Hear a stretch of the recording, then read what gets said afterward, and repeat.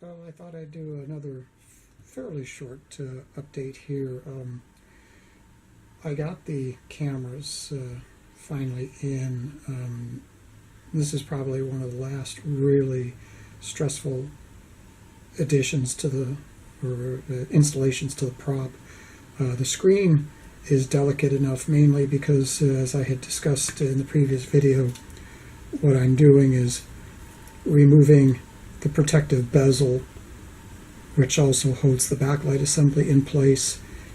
It gets removed so it can fit inside the cavity. There's not a whole lot of room, and this really ends up eating up a lot of space that I just don't have. So it's got to go, along with the fact that the board gets trimmed, the antenna, the circuit board antenna gets cut off, and I add an external which moves everything to the back here, actually back in the area where your hand's not even near. So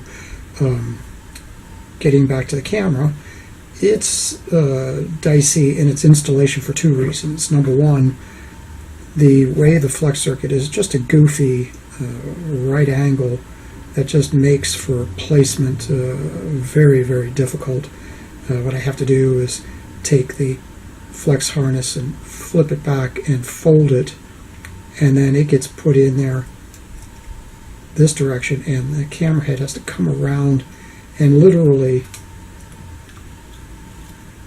hug the LCD display, the portion of the display that has all the circuitry and is out in the grill area.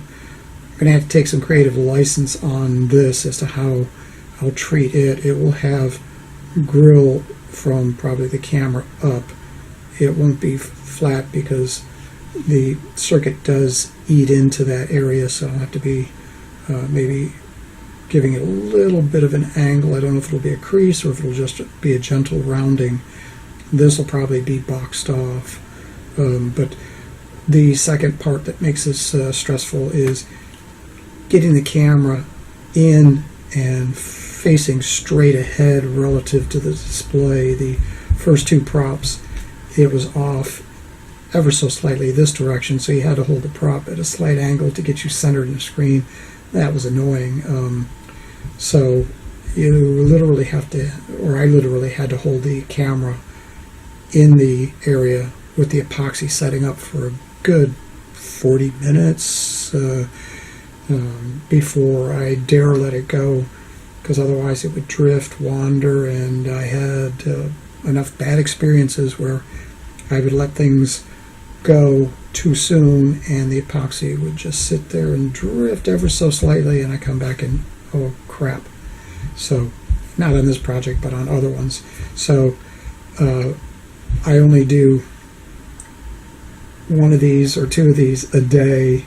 Not that I'm doing any more than the 3 pairs that I'm building, but I consider these two being a productive day, and that's it. Next week I'll be putting in the camera heads on the last 2 props. Also, I'll be bonding in the microphone, which will go down in this lower corner here, just inside. It's fairly sensitive, so I don't have to be too particular about that. And then the fun part, getting all of this stuff laid in there. The reason why it looks like such a rat's nest with the wire length is you always want to have it long. Never good to have short, because then it comes back and bites you when the cable length is just insufficient for routing. So I keep my wires long, and then I install them, and everything gets dressed really nice and neat, and the flex circuit will get eaten up in this cavity here and underneath. Best to have more than not enough. This also will get laid in just right, and it only gets routed to here, so it's not going to be that big of a deal. A lot of crap going on in a tiny little package, but thought I'd at least post the fact that I got 2 of the cameras installed, and I'm going to call it a weekend. So I hope you all have a very nice week, and I'll see you soon. Bye!